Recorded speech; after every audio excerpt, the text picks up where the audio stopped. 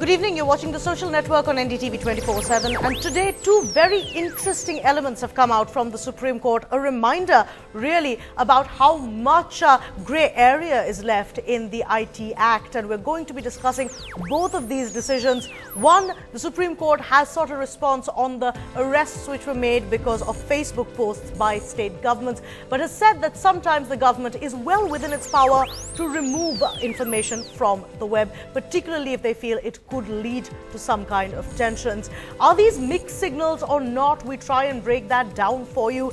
And Pranesh Prakash is joining us for more on this. We'll also have a group of other guests. But let's first go over to Dalit scholar Kanwal Bharti, who was arrested because of what he had to say on Facebook. Thank you for speaking to us, Mr. Bharti. आपको पहले पूछना चाहते थे कि आपके किस grounds पे arrest किया था? मुझको जिस ग्राउंड पर अरेस्ट किया था वो फेसबुक पर एक टिप्पणी थी। इन्होंने रामपुर में 200 साल पुराना मदरसा डाला था। वो मदरसे की फेसबुक पर टिप्पणी कर दी गई थी। उसी आपके जो समाजवादी पार्टी के नगर विकास मंत्री हैं आदमी के पहले के इशारे पे गिराया गया था। तो मैंने ये लिखा था कि मस्जिद की दीवार गिराने के आरोप में आप वो दुर्गा शक्ति नागपाल को सस्पेंड कर सकते थे। तो उसी रमजान के महीने यहाँ पर आप द्वारा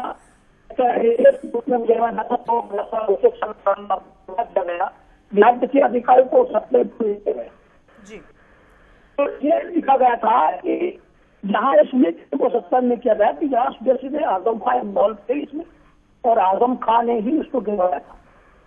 तो इसको ये उनको बुरा लगा। उन्होंने मेरे खिलाफ जो है अपने प्रभाव से एक बस करा करके मुझको गिरफ्तार करवा दिया। धारा 153 ये और 295 के अंतर्गत तो बहुत ही संगीन धारा है जो डॉक्टर में लगाई जाती है। उन्होंने बहु गांधी पे लगाई थी वहाँ, तो मेरे पर धारा लगाई गई।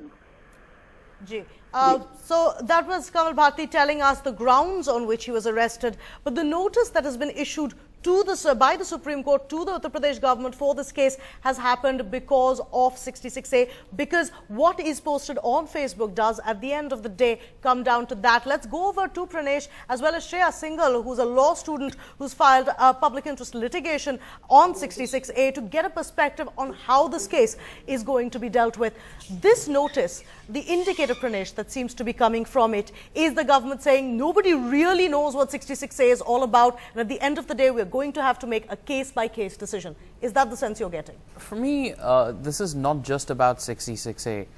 This is actually about rule of law, because we see that the arrest of Kanwal Bharti is actually an illegal arrest. It goes against a judgment of the Allahabad High Court saying that routine arrest shouldn't be made in cases where the imprisonment term is less than 7 years. And so it's not just about, and from what I understand, he actually hasn't been charged under 66A according to media reports. No, he hasn't. He was charged under 2 other acts, but not under the IPC. Exactly. So and so it's not just about internet censorship. It's also very much about the rule of law and that completely breaking down in India and people's perspectives many times completely withering away, the government's perspectives when it comes to offensive content or what they deem offensive or communal content being posted online. And if something like what Mr. Bharti posted is actually deemed to be illegal under those provisions, then lots of statements that the Prime Minister of India has said should also be deemed illegally, equally illegal. And of course, that is where the conflict arises. Let's go over to Shreya Singhal. Shreya, your petition when it comes to 66A, what were the factors that you were looking at, and did you see that cases like Mr. Bharti's would come under it?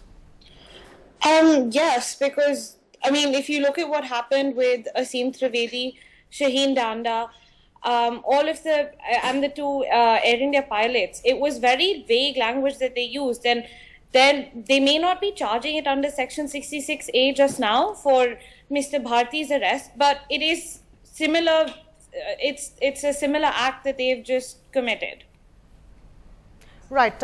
Also joining us for more on this is the founder of mouthshut.com, and we're going to come to Faisal in just a second for the other element of what is happening under the IT Act. But I think an important point was made there, Pranesh, by Shreya when she was saying the use of language. Now, I think a lot of it also comes down to sort of the tone argument, because you can say something posted on Facebook or something posted on Twitter sounded problematic in a way you can't when someone's actually making a statement where you can physically see them, hear them. Do you think that's an element that the IT Act completely chooses to gloss over? I wouldn't say it's the IT Act that glosses over it. I think it's the people implementing the IT Act that does so. The IT Act is, in my opinion, unconstitutional. Okay, it doesn't gloss over these things. It is plainly unconstitutional, and 66A, for instance, is one prime example of how it is unconstitutional.